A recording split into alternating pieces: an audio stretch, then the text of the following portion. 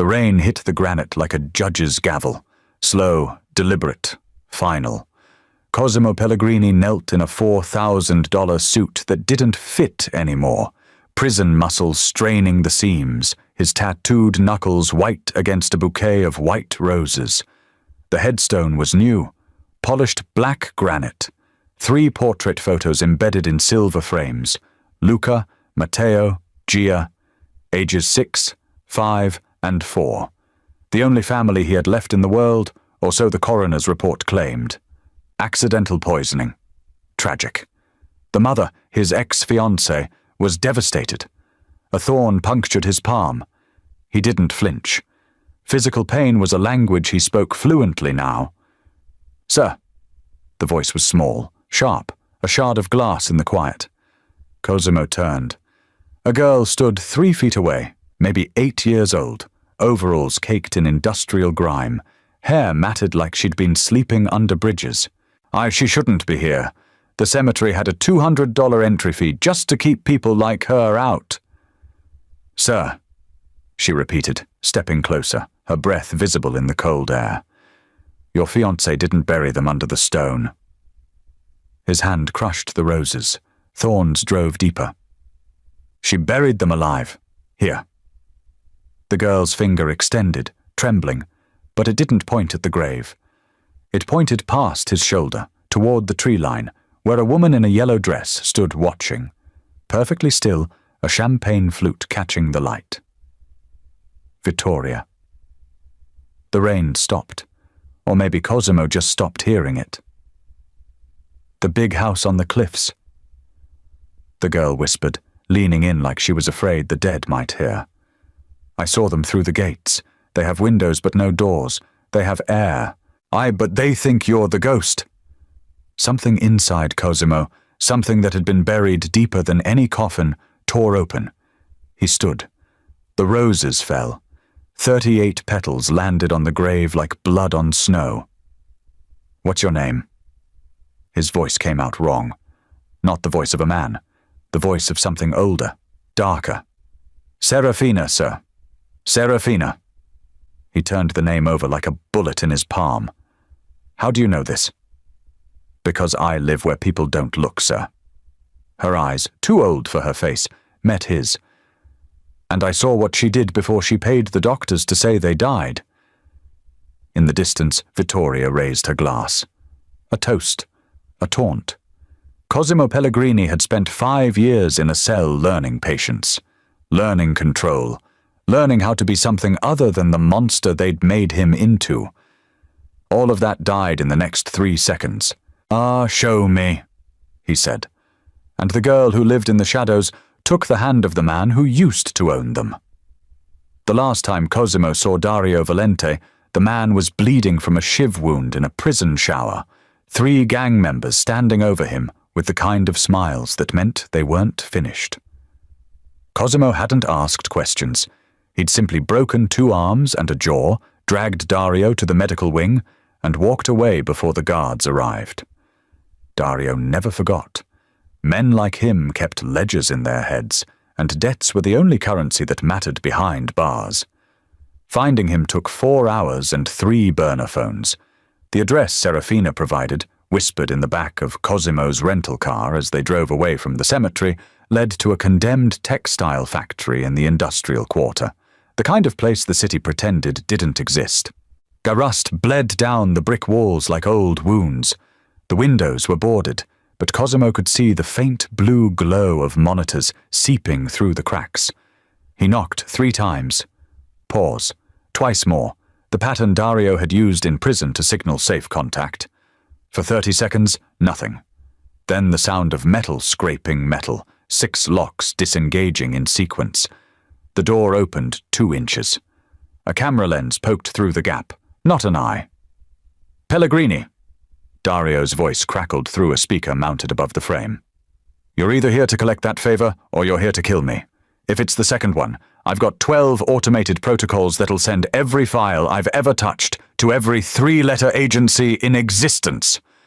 "It's the first one," Cosimo said, "and I need it now." Another pause, then the door swung open. Dario looked worse than he had in prison. Thinner, paler. His hair had gone completely white, despite being only 36. He wore a black hoodie and fingerless gloves, even though the basement was sweltering. The paranoia hadn't been prison-induced. It was genetic. Downstairs. Dario muttered, already turning. And don't touch anything. The basement was a cathedral of technology.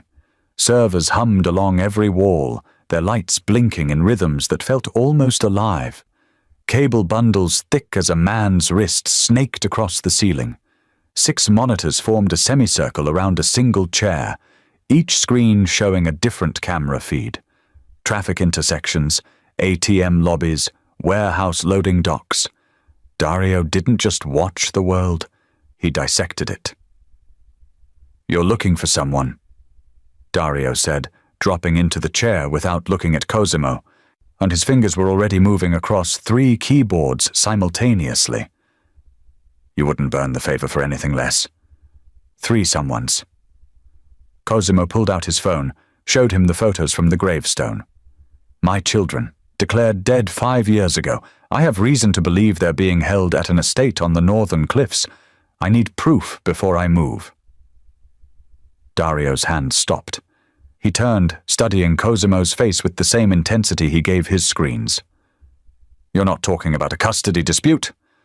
I'm talking about a woman who faked their deaths and buried them where I'd never look." "Coordinates?" Cosimo recited them. Dario's fingers blurred. Lines of code scrolled across the center monitor. Satellite imagery bloomed on the left screen. A sprawling compound perched on granite cliffs, the ocean black and churning below. The main house was modernist glass and steel, solar panels glinting like scales. Security walls, guard towers, a private helipad. "Allegri estate," Dario muttered. "Tech billionaire, government contracts. The security system on this place costs more than a small country's defense budget. Can you get inside it? Not without triggering every alarm from here to Quantico." Dario zoomed in, highlighting infrared sensors along the perimeter. "But I don't need to get inside their network to see what's happening outside it." He pulled up another window. Flight logs, commercial drone permits, delivery schedules. "There's a grey market surveillance company that sells footage to insurance adjusters," Dario explained, typing faster now. "They fly drones over high-value properties, document everything for liability purposes, completely legal." Completely ignored. 3 minutes later, video began playing on the right monitor. The timestamp read 6 days ago. The footage was shaky, shot from 200 feet up, but the resolution was sharp enough to see details. The estate's western courtyard, a fountain shaped like a swan, and 3 children playing near a garden wall. Cosimo stopped breathing. The boy on the left, dark hair, serious expression, the way he held himself too carefully. That was Luca. The middle child chasing a ball with wild, uncoordinated joy, Matteo. The smallest one, sitting in the grass arranging stones into patterns, Gia, alive, not in a grave, not poisoned, not gone, alive. His hand found the edge of Dario's desk, gripping hard enough that his knuckles went bone white. "Keep watching," Dario said quietly. A woman entered the frame. Yellow sundress, dark hair pulled back. Vittoria. She knelt beside Gia, said something that made the girl laugh, then scooped her up and carried her toward the house. The 2 boys followed. They disappeared inside. The video ended. "That's not a prison," Cosimo said, voice hollow. "That's a family." "That's a lie," Dario corrected, "and lies need infrastructure." He pulled up financial records, shell companies, medical files stamped with government seals. She didn't just fake their deaths. She rewrote reality. New birth certificates listing her new husband as the father. Adoption papers backdated 3 years. She erased you from their lives so completely that even if you showed up tomorrow, legally, you'd be nobody. Cosimo stared at the frozen image on the screen. his daughter's face, smiling. "Can you get me inside?" he asked. Dario leaned back, lacing his fingers behind his head. "Getting you inside is easy. Getting you back out with 3 kids and no bloodshed, that's the expensive part." "Name your price." "I don't want money, Pellegrini." Dario's eyes were flat, calculating. "I want the same thing you want. I want to watch someone who thinks they're untouchable learn they're not." Cosimo extended his hand. Dario took it. "Then let's kill a ghost," Cosimo said. Vittoria Allegri lived in the kind of apartment that existed above the clouds, literally. 42nd floor, penthouse suite overlooking the harbour, the kind of address that required 3 security checkpoints just to reach the elevator. Cosimo walked through all of them with a visitor's pass arranged by Dario, a fake appointment with her interior designer, complete, with fabricated references and a burner credit card that would self-destruct in 6 hours. The door opened before he could knock. She stood in the threshold wearing the yellow dress from the cemetery, champagne still in her hand, as if she'd been expecting him. Up close, she looked different than she had 5 years ago. Harder. The softness around her eyes had calcified into something sharp and deliberate. Her smile was a curator's smile, the kind reserved for art she owned, but didn't particularly love. "Cosimo," she said, his name like a wine she was evaluating. I wondered how long it would take. He didn't move, didn't speak, just stood there, letting her see what 5 years in a cage had done to him. She stepped aside, gestured to the interior. White furniture, abstract paintings worth more than most people's houses, floor-to-ceiling windows framing the city like a conquest. "Come in. We should talk like adults." The apartment smelled like vanilla and new money. He followed her to the living room, watched as she settled onto a leather couch that probably cost what his old crew used to make in a month. She didn't offer him a seat. "You went to the cemetery," she said, sipping her champagne. "That was touching. Morbid, but touching. You were there." "I go every week." Her smile widened. "It's important for the children to see grief modeled properly. They need to understand that loss is permanent." The words landed like a blade between ribs. "They're alive," Cosimo said. "Are they?" Vittoria tilted her head, studying him. "Define alive, Cosimo. Breathing? Yes. But the children who knew you as their father? Those children are quite dead." "I made sure of it." She rose, walked to a bookshelf, pulled down a photo album, opened it on the coffee table between them. Page after page of family photos. The children at birthday parties, at beaches, at holiday dinners. All recent. All featuring Vittoria and her husband. All without Cosimo. "Do you know what the hardest part was?" she asked conversationally. "Not the legal paperwork, not the bribes, not even faking the poisoning. It was teaching them to stop asking about you." Cosimo's jaw tightened. "Luca was the worst," she continued, turning pages. "He'd cry at night. 'Where's Papa? When is Papa coming home?' For months, Cosimo, months of that voice breaking my sleep." She looked up, eyes flat. "So I hired specialists, child psychologists who understand memory reconstruction. Do you know what happens when you consistently tell a 5-year-old that someone never existed? When you remove every photo, every toy, every mention of a name?" She closed the album. The brain adapts. It fills the gaps. Luca stopped crying after 8 months.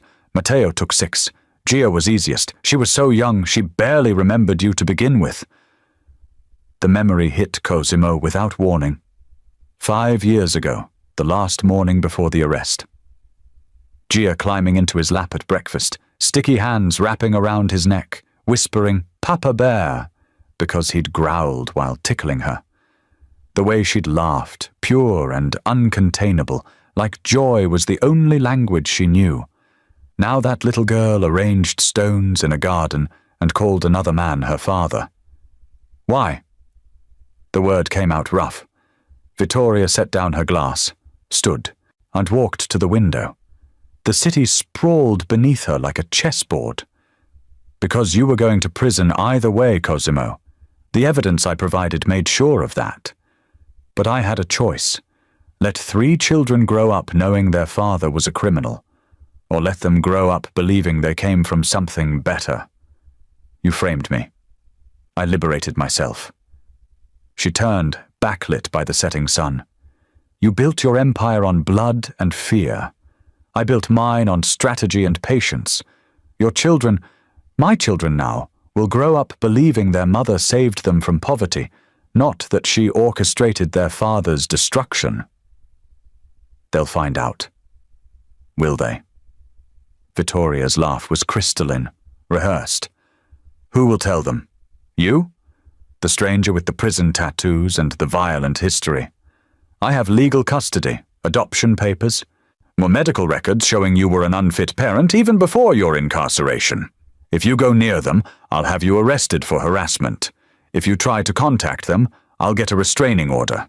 If you breathe in their direction, I will bury you so deep that not even your hacker friend will find the hole.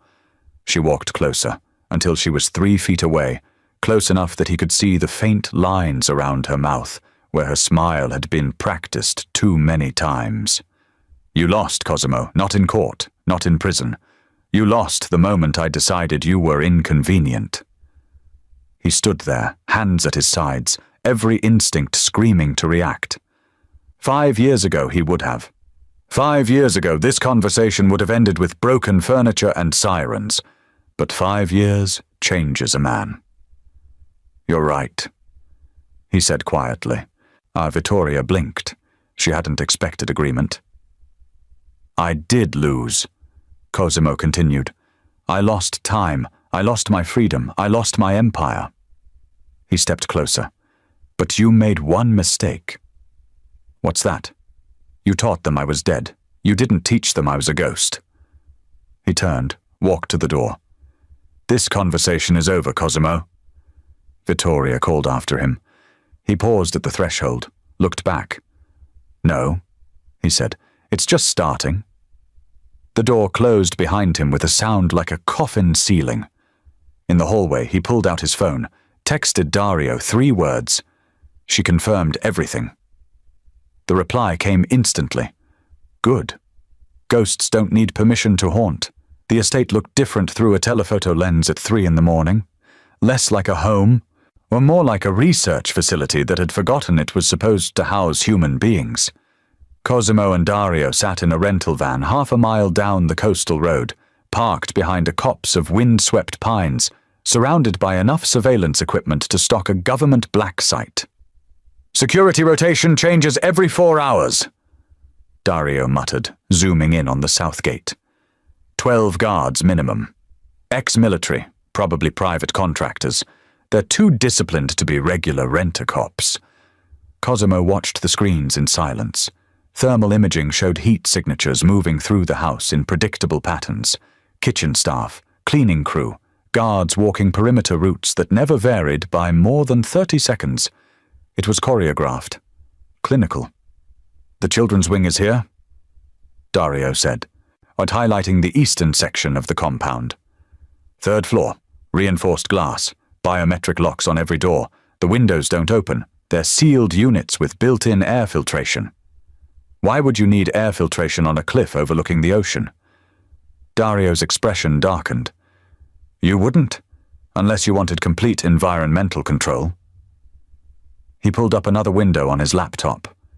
Medical supply invoices, pharmaceutical orders. All routed through shell companies, but Dario had cracked the encryption 2 hours ago. Look at this. He pointed to a recurring order. Pediatric sedatives. Anti-anxiety medications. Doses consistent with long-term administration for children ages 4 to 7. Delivered monthly for the past 4 years. Cosimo's hands curled into fists. They didn't poison them, Dario continued. They sedated them, heavily, probably for weeks leading up to the staged deaths. He opened another file. Hospital records, falsified but detailed enough to pass legal scrutiny. 3 children admitted to emergency care with symptoms of acute toxin ingestion, vitals crashing, resuscitation attempts. Time of death recorded by Dr. Raphael Caney, a cardiologist whose license had been temporarily suspended 3 years prior for accepting pharmaceutical kickbacks.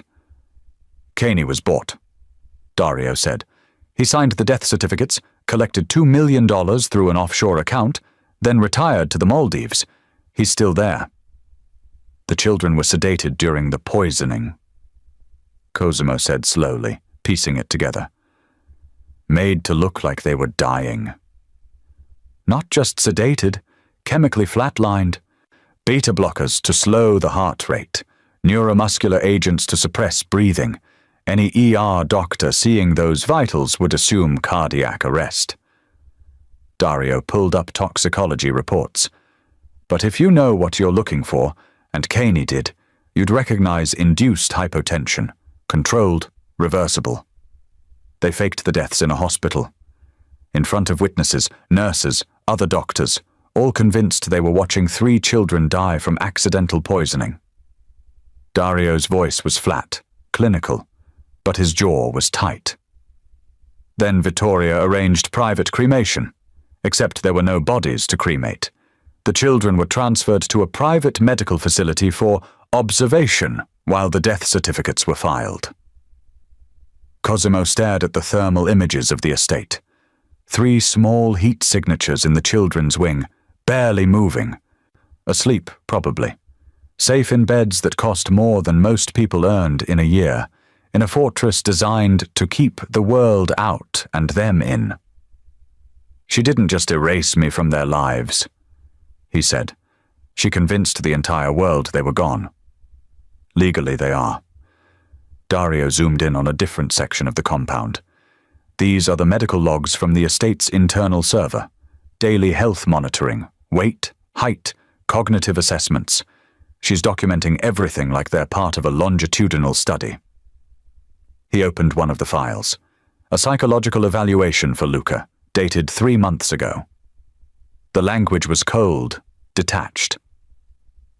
Subject continues to show improvement in attachment formation with primary caregivers. No spontaneous mentions of prior life events.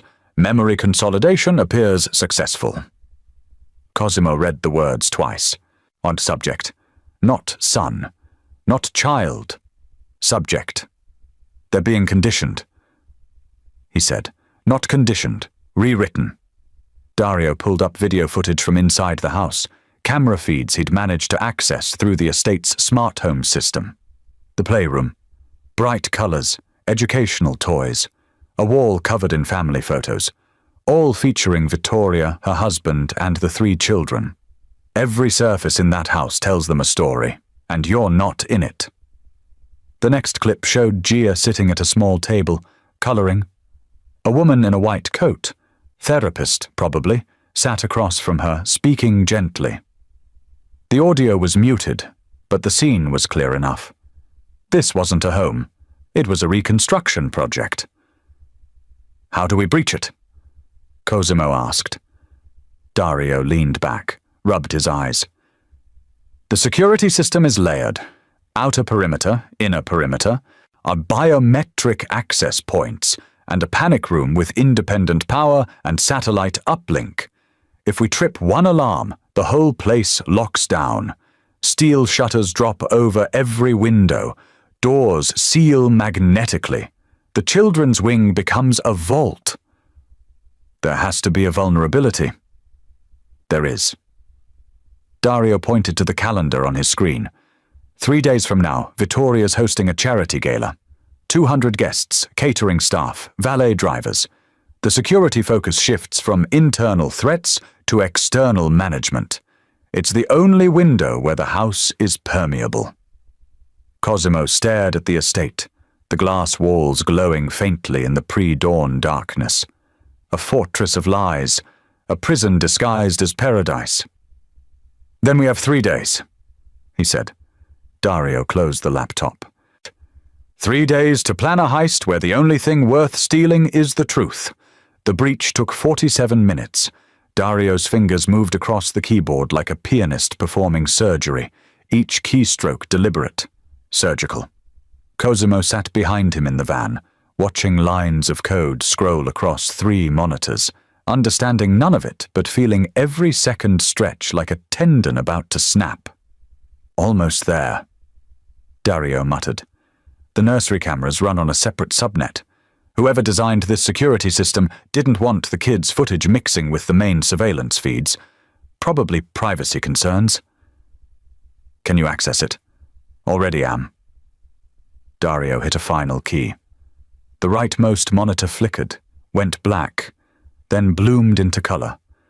A bedroom, pale blue walls, stuffed animals arranged on a shelf, on a small bed shaped like a race car. And in that bed, tangled in sheets printed with cartoon rockets, was a boy. Luca. Cosimo stopped breathing. The camera angle was high, mounted in a corner, looking down like a guardian angel with electronic eyes. The image quality was sharp enough to see details. The way Luca's hair fell across his forehead, the slow rise and fall of his chest, the small hand curled against his cheek. He was bigger, taller. The roundness of early childhood had sharpened into something leaner. But the face was unmistakable, the same serious expression, even in sleep, like he was dreaming of problems that needed solving. "Next room," Dario said quietly, switching feeds. Another bedroom, green walls this time. Sports equipment in the corner, a baseball glove, a soccer ball. The bed was a mess of pillows and blankets, and buried somewhere in the middle was Matteo. Cosimo could only see part of his face, but it was enough. The same wild, uncontainable energy, even unconscious. One leg hanging off the edge of the bed, one arm thrown over his head. He'd always slept like he was running in his dreams. "And the last one," Dario whispered. The third room was different, softer. Pink curtains, a dollhouse in the corner, and in the bed, surrounded by stuffed rabbits and bears, was Gia. She was so small, still so impossibly small. Cosimo's hand found the edge of the console, gripped it hard enough that the metal creaked. His daughter. 4 years old when he'd last held her. 9 now. Half her life lived without him. She stirred, rolled over, clutched a stuffed elephant to her chest. The same elephant he'd given her for her 3rd birthday. Blue with embroidered stars. She'd named it Cosmo because she couldn't pronounce Cosimo yet. She'd kept it. Something in his chest cracked open. "Audio?" he asked, voice hoarse. Dario shook his head. "Video only. The mics are disabled remotely, probably to prevent anyone from doing exactly what we're doing." Cosimo watched Gia sleep, watched the gentle rhythm of her breathing, watched her small fingers tighten around the elephant's ear.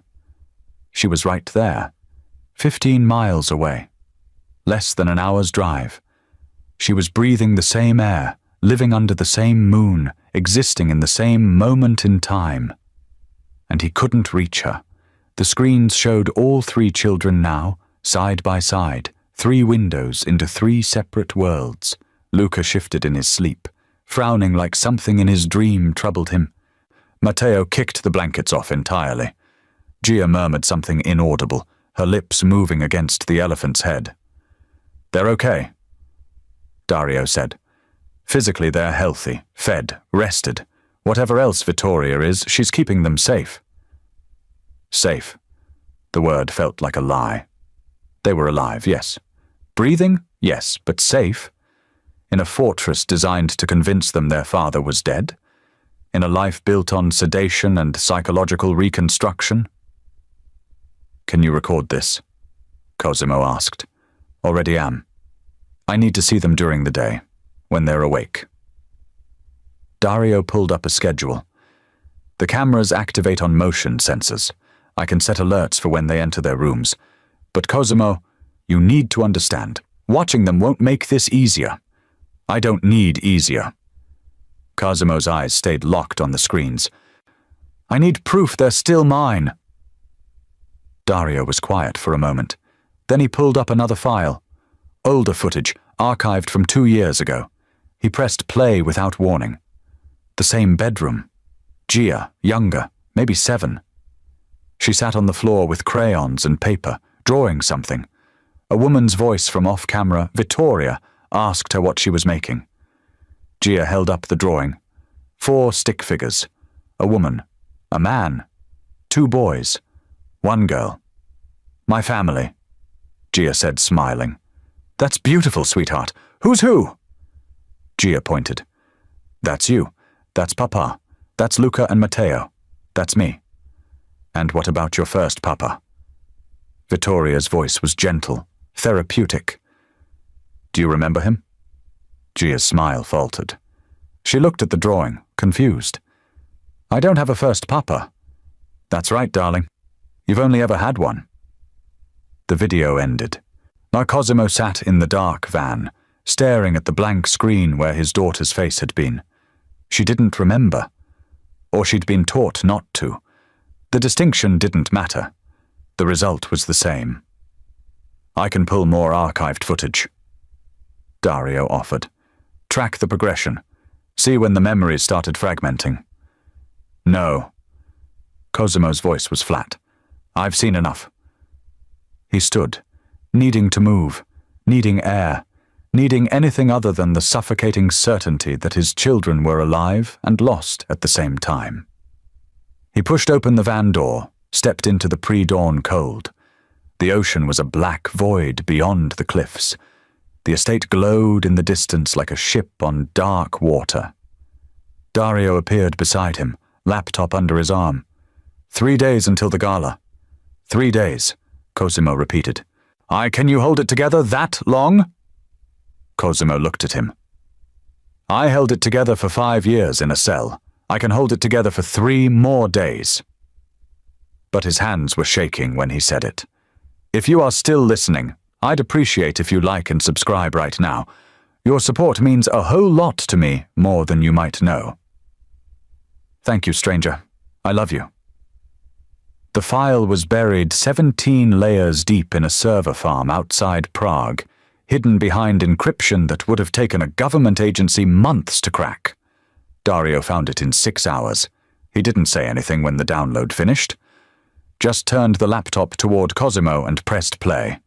The video showed a living room Cosimo recognized immediately. His old apartment, the one he'd shared with Vittoria before everything collapsed. The timestamp read 6 years ago, 2 months before his arrest. On screen, Cosimo watched himself, or something wearing his face, grab Vittoria by the arm. Watched his own mouth form words he'd never spoken. Watched his hand rise, watched her flinch, watched the scene play out like a nightmare directed by someone who understood violence, but had never actually felt it. "That's not me," Cosimo said. "I know." Dario's voice was clinical, detached. But the prosecution didn't. He opened another window. Source files. Raw footage of Cosimo from security cameras, social media, old interviews. Hundreds of hours of material, catalogued and time-stamped. A digital skeleton waiting to be reanimated. "She hired a studio," Dario explained. "High-end outfit that usually works on film productions. They specialize in de-aging actors, posthumous performances, that kind of work. Completely legal when used for entertainment, less legal when used to fabricate evidence of domestic assault." He pulled up invoices, payment records showing Vittoria's shell company transferring funds to a visual effects firm called Parallax Digital. The dates aligned perfectly. 3 months before Cosimo's arrest, she'd commissioned what the invoice called Archival Reconstruction Services. "They built a digital puppet," Dario continued. "Scanned your face from every angle, mapped your movement patterns, synthesized your voice. Then they placed you in scenes you were never part of." Another video. This one showed Cosimo throwing a glass against a wall. The glass shattered in slow motion, fragments catching the light. Vittoria cowered in the corner, hands raised defensively. except Cosimo had never owned glasses like that, and had never painted his walls that particular shade of grey, had never, in any moment of his life, made Vittoria cower. The prosecution used 4 videos total, Dario said, opening them in sequence. 4 separate incidents spanning 8 months, each one showing escalating violence. The jury saw a pattern, the judge saw premeditation, your lawyer saw an unwinnable case and advised you to take the plea. 5 years, Cosimo said. I took 5 years because fighting would have meant 10. You took 5 years because the evidence was perfect. Dario zoomed in on one of the videos, highlighting the edge of Cosimo's face. Look here. See this pixel bleeding? That's a compression artifact from the rendering process. And here, he pointed to the shadow on the wall. The light source doesn't match the window position. Small things. Things a jury would never notice. But they're there. He pulled up the source code from the original files. Metadata that couldn't be scrubbed completely. Render farm logs, software licenses. Every digital fingerprint that proved the videos weren't recordings of reality, but constructions of it. She didn't just frame you, Dario said. She built the frame from scratch. Cosimo sat back, staring at the screens. 6 years of his life. 5 in prison, 1 trying to survive what came after. All of it built on footage that had never happened, on a version of himself that existed only in pixels and code. Can we prove it? He asked. In court, eventually, with the right forensic experts, the right lawyers, probably 6 months of hearings. Dario closed the laptop. But that's 6 more months of your kids thinking you're dead. So what do we do? Dario pulled out a flash drive, held it up to the light. We don't prove it in court, we prove it in public.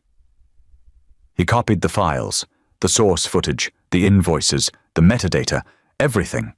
Then he created a second copy, and a third. Insurance against insurance. The gala, Cosimo said, understanding. 200 guests, politicians, tech executives, journalists. Every screen in that house connected to a smart home system I can access remotely. Dario's smile was thin, sharp. Vittoria wants to live in a world she controls. Let's show her what happens when someone changes the channel. Cosimo looked at the flash drive, a piece of plastic smaller than his thumb. Inside it, the evidence that could destroy Vittoria's entire constructed reality, and could give him back his name, his freedom, his right to exist in his children's lives, but it wouldn't give him back 5 years. There's something else, Dario said. He opened one final file, an email chain between Vittoria and Dr. Kane, the cardiologist who'd signed the death certificates. The messages were clinical, transactional, discussions of dosages, timing, how long the children would need to remain sedated to sell the illusion. One message stood out. Vittoria had written, "Make sure they don't suffer. I need them healthy on the other side." Kane's response, "They won't remember any of it." She planned everything, Cosimo said. She planned for everything except one variable. Dario corrected. You getting out early? You refusing to disappear? You finding someone who could decode her perfect crime? Cosimo stood, walked to the van's window. Dawn was breaking over the cliffs, painting the estate in shades of gold and shadow. Somewhere in that fortress, his children were waking up, starting another day in a life built on lies. 2 more days, he said. 2 more days. Dario agreed. Then we tear down her entire world. And for the first time since leaving prison, Cosimo smiled. The gala began at 8. Cosimo arrived at 7:45, dressed in a rented tuxedo that fit better than his prison-issued release clothes, but worse than the suits he used to wear when he owned half the city. The valet didn't look at his face, just took the keys to the sedan Dario had registered under a false name and drove it toward the overflow parking. Security at the gate was tight, but distracted. too many guests arriving simultaneously, and too many vehicles to search thoroughly. Cosimo's invitation, forged by Dario and inserted into Vittoria's guest management system 3 days ago, scanned without issue. The guard waved him through with barely a glance. The estate looked different at night. The glass walls glowed from within, turning the entire structure into a lantern perched on the edge of the world. String lights wrapped the garden paths. A quartet played something classical near the fountain. Waiters in white jackets moved through the crowd, carrying trays of champagne that probably cost more per bottle than most people earned in a week. Cosimo walked through it all like a ghost passing through a world he no longer belonged to. "I'm in," he said quietly, touching the communications earpiece Dario had given him. "Copy that." Dario's voice crackled in his ear. "I've got eyes on the security feeds. You're clear to the east entrance. Catering staff is using it for service access. Blend with them." Cosimo moved along the perimeter of the party, staying in the spaces between conversations, invisible by virtue of being unremarkable. Just another wealthy guest in a sea of wealth. He snagged a champagne flute from a passing tray, held it without drinking, used it as camouflage. The east entrance was tucked behind a manicured hedge, far enough from the main party to be ignored. 2 waiters stood smoking, their jackets unbuttoned, exhaustion already settling into their shoulders, despite the event being less than an hour old. Cosimo waited until they finished, watched them stub out cigarettes and return inside. Then he followed, slipping through the door in their wake. The interior hallway was utilitarian. White walls, linoleum floors, the bones of the house showing through the expensive skin. He could hear the kitchen ahead, the clatter of plates, the sharp commands of a head chef managing controlled chaos. "Stairwell to your right," Dario said. "Takes you to the 2nd floor. From there, the children's wing is accessible via the east corridor." Cosimo found the stairs, climbed them quickly but quietly. His heart hammered against his ribs, but his breathing stayed controlled. 5 years in prison had taught him patience, restraint, how to move through hostile territory without making noise. The 2nd floor was carpeted, insulated from the party below by expensive soundproofing. He could hear music faintly, feel the bass vibrating through the walls, but it was distant, muffled. Up here, the house felt empty. "Security patrol in 90 seconds, Dario warned. "Duck into the room on your left." Cosimo slipped through a doorway, found himself in a home office. Mahogany desk, leather chairs, bookshelves lined with first editions that had probably never been read. He stood in the darkness, watching through the cracked door as a guard walked past, radio clipped to his belt, hand resting casually on the grip of a holstered taser. The guard's footsteps faded. "Clear," Dario said. "Children's wing is 30 feet ahead. Biometric lock on the door. Can you override it?" "Already did. You've got a 60-second window before the system logs the unauthorized access. After that, alarms trigger." Cosimo moved. The hallway stretched ahead like a throat he was being swallowed by. The door to the children's wing was reinforced steel disguised as wood, the kind of security that pretended to be decorative but could withstand a battering ram. The lock's LED glowed green. Dario's work. Cosimo pushed through. The corridor beyond was different, softer. The walls were painted in warm colors, blues and greens and gentle yellows. Nightlights shaped like stars lined the baseboards. Framed drawings hung at child height. The air smelled like lavender and something sweeter. Childhood, preserved and sanitized. 3 doors, 3 bedrooms. "Cosimo?" Dario's voice carried a warning. "The kids are downstairs. They're at the party. Vittoria has them greeting guests." He froze. "What?"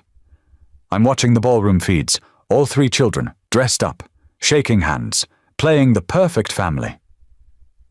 Cosimo's hand found the wall. I steadied himself. He'd come here expecting to find them sleeping. Vulnerable, easy to extract. But Vittoria had weaponized them, turned them into props for her performance. "Where exactly?" he asked. "East side of the ballroom, near the piano." Gia's holding Vittoria's hand. Cosimo moved back towards the stairs, faster now. The plan was fracturing. He'd expected stealth, extraction, gone before anyone noticed. But you couldn't extract children from the center of a crowd without it becoming a spectacle. "New plan," he said. "I'm listening. Can you access the house's projection system?" A pause. Then, "The smart displays in the ballroom?" "All of them." "What are you thinking?" Cosimo reached the top of the stairs, looked down at the glow of the party below. 200 witnesses, 200 people who thought they knew the truth. "I'm thinking it's time to introduce myself," he said. "Cosimo, if you go down there, they need to see me, not as a ghost, as their father." Dario was silent for 3 seconds. Then, "You're sure?" "I'm sure." "Then let's burn it all down." Cosimo descended the stairs like a man walking toward his own execution. Each step brought him closer to the music, the laughter, the crystalline sound of 200 people celebrating a lie. He could see the ballroom through the archway ahead, chandeliers throwing prismatic light across marble floors, women in evening gowns that cost more than cars, men in tuxedos discussing mergers and acquisitions like they were discussing weather. And in the center of it all, near a grand piano where someone was playing something soft and forgettable, stood his children. Luca wore a small suit, navy blue with a crisp white shirt. His hair was combed back, making him look older than 10. He stood with his hands clasped in front of him, the posture of a child who'd been taught how to behave in rooms like this. Matteo fidgeted beside him in an identical suit, his tie already loosened, his attention wandering to the dessert table. And Gia, small and perfect in a white dress with yellow flowers, held Vittoria's hand and smiled at guests with the practiced charm of a politician's daughter. Cosimo stopped at the edge of the ballroom, heart hammering so hard he could feel it in his throat. "I'm ready," he said quietly. "Triggering playback in 3. Dario's voice said in his ear. 2, 1. Every screen in the ballroom flickered, the smart displays mounted on the walls, the tablets waiters used to manage drink orders, even the projection system showing the charity's promotional video, all of them cut to black simultaneously. The music stopped, conversations faltered. Then the screens lit up again, but not with the charity video, with footage of Cosimo. Old footage, from before the arrest, before prison, before everything collapsed. Home videos Dario had recovered from seized hard drives and cloud backups Vittoria thought she'd deleted. Cosimo playing with Luca in a park, teaching him how to throw a baseball. Cosimo reading to Matteo at bedtime, doing different voices for each character. Cosimo holding infant Gia, dancing slowly around a living room while she giggled against his shoulder. The ballroom went silent. Cosimo walked forward. People parted without realizing they were doing it, or creating a path between him and the children. He saw recognition flicker across some faces, guests who'd known him before, who'd attended different parties in different lives, saw confusion on others, saw Vittoria's face drain of color. But he only looked at the children. Luca saw him first. His eyes went wide, his mouth opening slightly. Not recognition, not yet. Just confusion at why this stranger was walking toward them while their father's face played on every screen in the room. Matteo turned, following his brother's gaze. He tilted his head, studying Cosimo with the same intensity he'd given everything as a toddler, the kind of focus that meant he was solving a puzzle. Gia just stared, her small hand tightening around Vittoria's fingers. Cosimo stopped 10 feet away, close enough to see their faces clearly. Close enough to see the slight tremor in Luca's jaw, the way Matteo's breathing had quickened, the tears forming in Gia's eyes even though she didn't understand why. Do you know who I am? Cosimo asked. His voice came out rougher than he intended, scraped raw by 5 years of silence and 3 days of planning for this exact moment. Luca's lips moved, but no sound came out. On the screens, the video changed. Cosimo's voice now, reading a bedtime story. And the brave knight promised his children he would always come back, no matter how far he had to travel, no matter how long it took. Matteo's eyes snapped to the screen, then back to Cosimo. His face crumpled with something too complex for a 9-year-old to process. Memory fighting against erasure, truth colliding with constructed reality. He started, then stopped. Gia pulled away from Vittoria, took one tentative step forward. Her elephant, the blue one with embroidered stars, was clutched in her other hand. She'd brought it to the party. "Cosmo!" she whispered, holding up the stuffed animal. Cosimo's knees nearly gave out. "Yes," he said, "like Cosmo." She took another step. "Mama said you were gone." "I was." He lowered himself to one knee, bringing himself to her eye level. "But I came back." Luca's breathing hitched. His hands were shaking. "You're the man from the videos." "I'm your father." The words hung in the air like smoke. Behind the children, Vittoria moved, reaching for Gia, but Cosimo's voice stopped her. "Don't." Security guards were converging now, responding to the disturbance, but they moved slowly, uncertain. The screens kept playing, evidence mounting with every frame. A life that had existed, a father who had loved, a family that had been real. Matteo broke first. He ran the 10 feet between them and collided with Cosimo's chest hard enough to hurt. His arms wrapped around Cosimo's neck with desperate strength. "Papa!" He sobbed into Cosimo's shoulder. "Papa! They said you were dead!"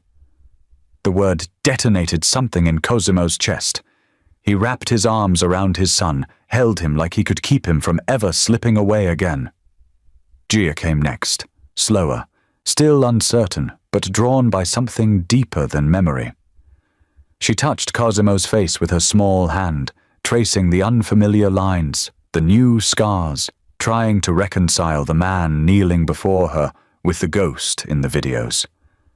"Papa?" she asked, voice small and breaking. "Yes, baby, it's me." She crumpled into his other arm. The elephant pressed between them. Only Luca remained standing, 10 feet away, tears streaming down his face, but body rigid with conflict. 5 years of careful conditioning warring against 5 years of earlier memory.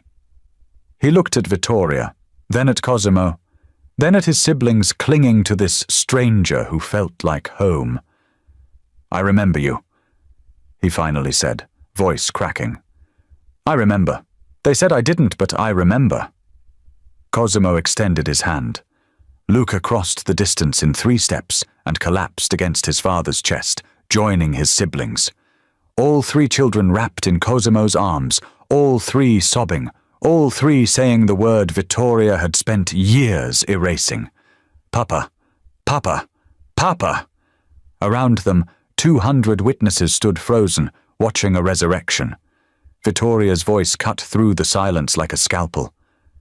"Security, remove this man from my home." 4 guards converged, hands moving to their belts. The children tensed in Cosimo's arms, but he didn't release them, didn't stand. Just stayed kneeling on the marble floor, his children pressed against him like they could merge back into a single entity if they held tight enough. "Don't touch them," he said quietly.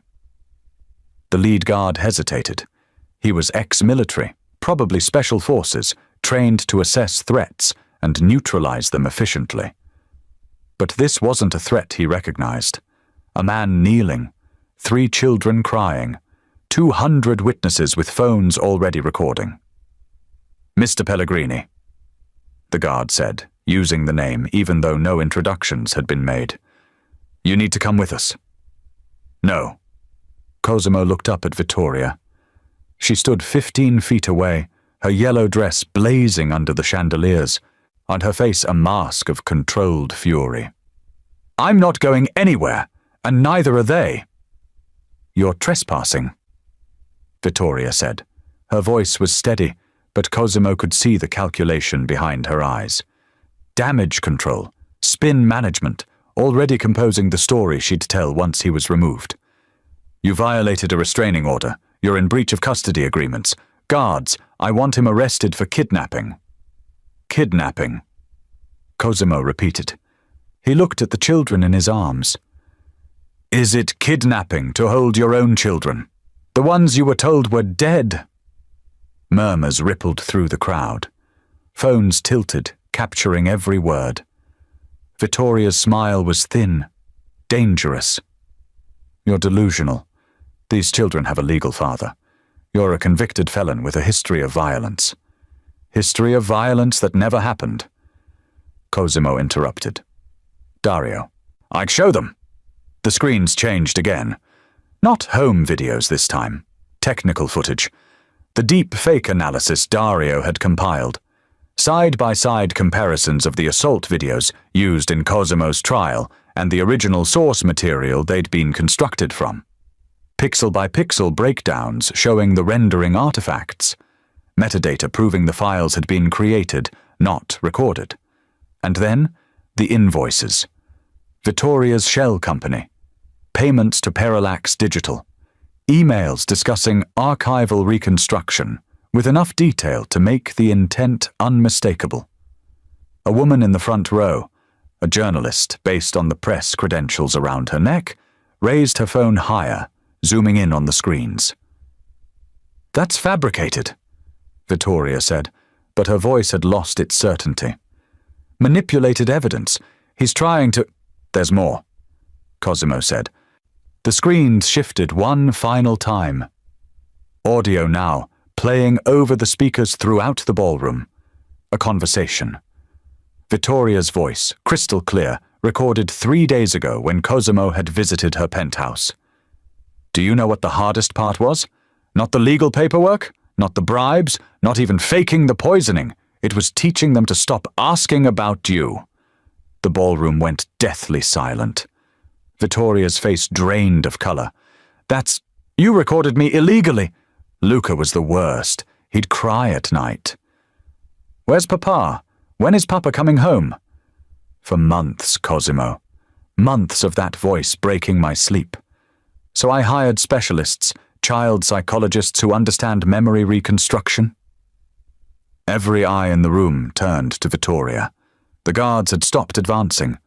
Even they understood they were watching something larger than a custody dispute unfold. The recording continued. Vittoria's voice, cold and clinical, explaining how she'd erased Cosimo from the children's memories, how she'd faked their deaths, how she'd rebuilt their entire lives on a foundation of lies and medication and psychological manipulation. "You lost, Cosimo. Not in court, not in prison. You lost the moment I decided you were inconvenient." The audio ended. Vittoria stood frozen, her champagne flute trembling in her hand. Around her, guests backed away slowly, creating distance, disassociating themselves from the woman at the center of the revelation. "Dario," Cosimo said quietly. "Send it." "Already done," Dario's voice confirmed in his ear. "Every police precinct in the city, FBI field office, State Attorney General. Plus I CC'd about 40 journalists. This is going to be national news in an hour." Sirens wailed in the distance, growing closer. Cosimo stood slowly, carefully, keeping the children close. Luca's hand found his. Matteo pressed against his side. Gia wouldn't release his neck. "You can't do this," Vittoria said. But the words had no weight. She looked around desperately, searching for allies, for anyone who might step forward and validate her version of reality. No one moved. "I gave them a better life. I saved them from you." "You buried them alive," Cosimo said, "and convinced the world to throw dirt on their graves." The first police car pulled into the circular drive, lights painting the glass walls in red and blue. A detective pushed through the crowd, badge already out. She looked at the screens, still displaying evidence. I looked at Vittoria, looked at Cosimo and the 3 children clinging to him. "Someone want to tell me what's happening here?" she asked. "I'm Cosimo Pellegrini." He said, "These are my children, and I'd like to report a kidnapping." Vittoria's champagne flute slipped from her fingers and shattered on the marble floor. The legal proceedings took 6 weeks. 6 weeks of depositions and forensic analysis and expert witnesses explaining to a judge how memory could be weaponized, how death could be faked, how an entire reality could be constructed from sedatives and lies and money that never asked questions. Vittoria was arrested the night of the gala. The charges came in layers: kidnapping, fraud, conspiracy, falsifying medical records, bribery of public officials.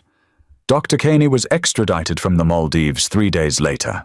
The visual effects studio that created the deep fake videos cooperated immediately, producing every file, every render, every piece of evidence that proved Cosimo's assault conviction had been manufactured.